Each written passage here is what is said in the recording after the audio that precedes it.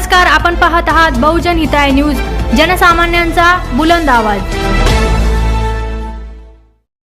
एक शब्द दिलेला आहे की माझ्यासोबत काम कर, भविष्यात मी तुझ्यावर या ठिकाणी भविष्यात त्याची काळजी घेण्याचं सुद्धा या ठिकाणी साहेबांनी त्याला आश्वासन दिलेलं आहे। म्हणून शिरसाट साहेबांचे मनापासून या ठिकाणी मी आभार मानतो, तुमचाही आभार मानतो। आणि एक मिनिट फक्त साहेबांना विनंती करतो की एकाची धावपळ एकाची दर्शन झाली, काही फॉर्म राहिले का काही फॉर्म काढले गेले। सोडवण्याला कालच फॉर्म काढायचा होता, परंतु त्याला थोडासा वेळ लागला, त्याच्यामुळे त्याचा फॉर्म राहिला। आज दुपारी तो माझ्याकडे आला, त्याने सांगितलं की भाऊ आम्ही सर्वजण तुमच्या बरोबर आहोत, मला सर्व माझ्या वार्डातील सर्व नागरिकांना माझ्या इतर चिंतकांना घेऊन यायचं आहे आणि म्हणून मी त्याला आज संध्याकाळचा वेळ दिला। आणि त्यांनी एवढा सर्व बहुसंख्य सर्व महिला भगिनी असतील, सर्व बांधव असतील, सर्व घेऊन आलेल्या आहेत। एक तुम्ही सर्वजण पाहताय, म्हणजे आता निवडणूक जरी आपण वार्डामध्ये भाषण करणं वेगळं असेल तर तुम्हाला स्वतःला सर्वांना जाणीव होता की आपण जे जे कामं आपण सांगितले होते, जे जे ठरवले होते, ज्यांना ज्यांना शब्द दिला होता ते सर्व कामं करायला आपण प्रयत्न केले आणि प्रामाणिकपणे केले। कुठलचा रस्ता असेल, कुठं तर ड्रेनेज असेल, कुठं आणखी शिवाजी महाराज पुतळा असेल, अहिल्याबाई देवीचा पुतळा असेल, हे सर्व जे काही असेल सर्व काम करण्याचा आपण प्रयत्न करतो। त्यासाठी सगळ्याची साथ जरुरी असते। काही लोक काय राजकारण करतात त्याच्याशी आपल्याला घेणं देणं नाही, परंतु तुम्हाला एक निश्चित सांगेल, तुम्ही 5 वर्षापूर्वी 7 वर्षापूर्वी 10 वर्षापूर्वी असलेलं नक्षलवाडी असेल, कांचनवाडी असेल, इकडं तो तेव्हा कसा होता आणि आता काय बदल झाला हे तुम्हाला स्वतः तुम्ही पाहता तर अनुभवत आहे। आपल्याला याच्यापेक्षा चांगलं करायचं, चिंता का करता?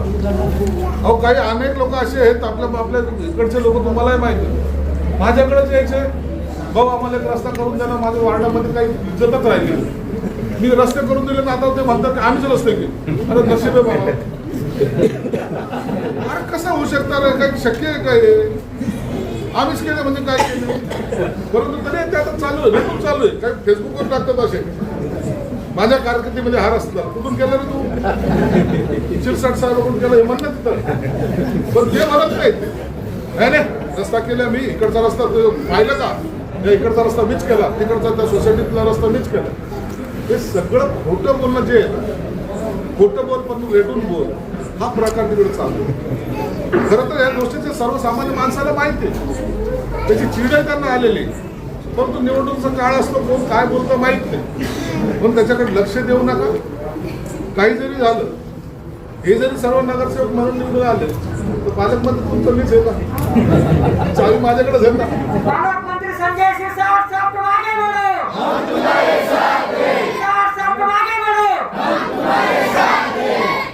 पैसे तुम्हाला द्यायचे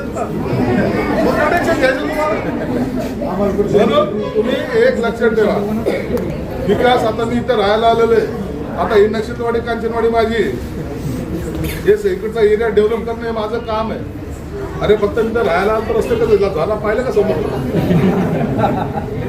असं हे सगळं आपल्या एरियामध्ये करायचं, सगळ्यात चांगला एरिया आपला दिसला, इथे जबाबदारी माझी आहे। सोनवणे तुझे सर्व सहकारी असतील, सर्वांना एकदम एवढा कॉन्फिडन्स दे की आम्ही जे करू ते कोणीच करू शकणार नाही, एवढं त्यांना खात्री दिली पाहिजे। आणि आतापर्यंत इथंच म्हणून नाही सांगत नाही, कोणत्याही शहरातल्या आपल्या पश्चिम मध्ये मतदारसंघातल्या कोणत्याही भागामध्ये कोणीही सांगावं काम झालं नाही तर आपण मान्य करू। एकही टाकू आपण सोडलं नाही ज्या ठिकाणी आपलं काम नाही। आणि आताही एवढे काम आहेत आपल्याकडे की काम करता आताही काही कामं तुमच्याकडे चालू असतील, चालूच आहे तिकडे कामं। आणि म्हणून तुमचा हा एरिया चांगला करण्यासाठी आपल्या भविष्यातल्या असलेल्या मुलाबाळांचा आपला एरिया चांगला असावा ही प्रत्येकाची धारणा आहे। त्या पद्धतीने आपण काम करू। सर्व माता भगिनींना सुद्धा विनंती आहे, माझ्या कार्यकर्त्यांना मित्रांना विनंती आहे, ह्या 3 सीट एवढ्या प्रचंड मताने निवडून आल्या पाहिजे की शहरामध्ये जो काही 1 नंबर जर कुणाला लीड जास्त मिळाली त्याच्यामध्ये मला हा 29 नंबरचा प्रभाग सगळ्यात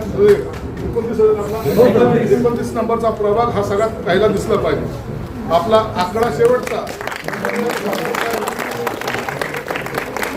9 2 11 म्हणून तेवढं ताकदीने तो एरिया आपण सगळ्यांनी जिंकूलाचा. तिघांनाही प्रचंड मतदान झालं पाहिजे. मला सांगताना आनंद झाला पाहिजे. आणि आमच्या एरियामधलं मतदान हे अशा पद्धतीने होतं. प्रचंड मताने आमचे नगरसेवक निवडून येतात. दाखवण्यासाठी तुमचा सर्वांचा आशीर्वाद द्या. तुम्ही सर्वजण या थंडीमध्ये आलात त्याबद्दल तुमचं सर्वांपासून मनापासून आभार मानतो. आणि प्रचाराला आपण जेव्हा येऊ त्या कामाला कोणतं महाराज होते त्यांच्याबद्दल चांगलं बोलू. ते जर नीट राहिले तर चांगलं बोलू. नसतं त्यांना त्यांची जागा दाखवू. त्याची चिंता तुम्ही करू नका. काय होत नाही, पार्ट्या दिले नाही म्हणून आपण तिथं त्या ठिकाणी त्याचा समाचार घेऊ. परंतु तुमच्या सगळ्यांची एकजूट मला गरजेची आहे. तुम्ही द्याल अशी अपेक्षा व्यक्त करतो. या ठिकाणी थांबतो. धन्यवाद.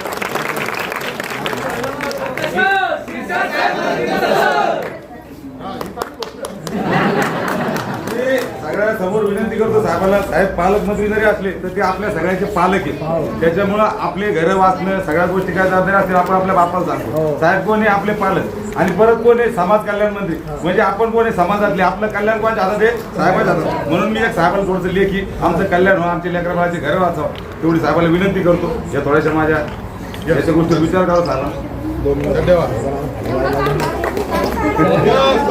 आता कसं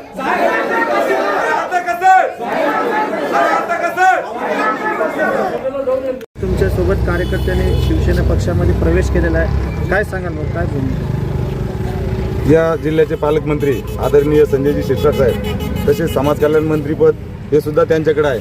तर या समाजाच्या साहेबाकडून खूप साऱ्या अपेक्षा आहेत किंवा ते या जिल्ह्याचे पालकमंत्री या नात्याने या भागातील लोकांचे जे रस्त्यामध्ये घरे गेलेले आहेत, जे लोक आज विस्थापित झाले आहेत, त्यांच्यासुद्धा आदरणीय पालकमंत्री साहेबाकडे खूप साऱ्या अपेक्षा आहेत. आणि आज त्या अपेक्षा घेऊन आम्ही साहेबाकडे आलो होतो. साहेबानं या बाबतीत सकारात्मक आम्हाला संकेत दिल्यामुळं आम्ही आज साहेबावर विश्वास टाकलेला आहे. आणि त्यामुळे हे सर्व लोक आज या ठिकाणी साहेबावर विश्वास ठेवून या शिवसेनेमध्ये या ठिकाणी प्रवेश केला आहे व यांच्या सर्व उमेदवारांना माझ्या सहकार्याने या ठिकाणी पाठिंबा दिला आहे. तुम्ही काही एक निवेदन पण दिलेलं आहे मंत्री महोदयांना.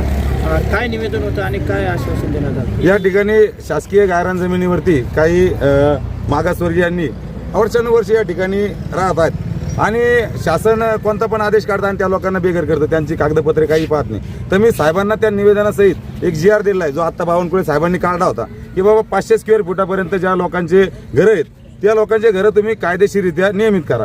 त्याचा साहेबाला मी साहेबाचं पत्र सुद्धा त्या बाबतीमध्ये जिल्हाधिकाऱ्याला मी दिलेलं होतं. पण त्याचा कुठलाही पुढं काही कारवाई झाली नाही. आणि मी साहेबाला ते सुद्धा या ठिकाणी स्मरण करून दिलं की आपलं पत्र या ठिकाणी आपण दिलं आहे आणि त्याचसोबत हा आपल्या शासनाचा GR आहे, याच्यावर आपण कारवाई करावी.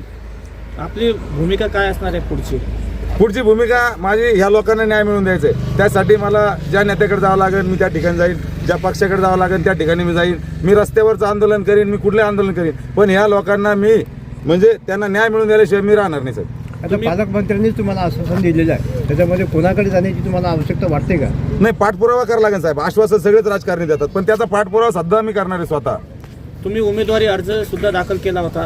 काय कारण तुम्ही उमेदवारी अर्ज मागे घेतला? नाही, मी उमेदवारी अर्ज मागे नाही घेतला. मी साहेबाला पाठिंबा दिलाय. उमेदवारी अर्ज मी कुठे मागे घेतला? काल जर मी उमेदवारी अर्ज मागे घेतला असता तर सगळे म्हणले असते यानं पैसे घेतले, आम्ही याने झाला, हे झालं ते झालं. त्याच्यामुळे साहेब माझा जो मी पाठिंबा दिलाय तर माझ्या ह्याच मी अटीवर त्यांना पाठिंबा दिलाय की माझ्या जे काही परिसरामधले शासकीय जमिनीवरती जे गोरगरीब लोक राहतात ते कुठल्याही प्रकारे बेघर होता कामा नये किंवा कांचनवाडीचा जो नाथवेलीचा जो रोड आहे त्या ठिकाणी सुद्धा पुनर्विचार करण्यात यावा. विटखेडा गावातला 18 मीटरचा रोड आहे साहेब, त्याचा सुद्धा पुनर्विचार करण्यात यावा. कारण साहेब हे लोक जर उद्या रस्त्यावर आले तर पालक म्हणून जबाबदारी कोणाची आहे? पालकमंत्री साहेबाची. त्याच्यामुळे मी सीधा पालकाकडे आलोय आणि या लोकांच्या मागण्या त्या पालकासमोर मी मांडलेल्या आहेत. साहेब धन्यवाद. आपलं नाव सर? गौतम आसाराम सोनवणे.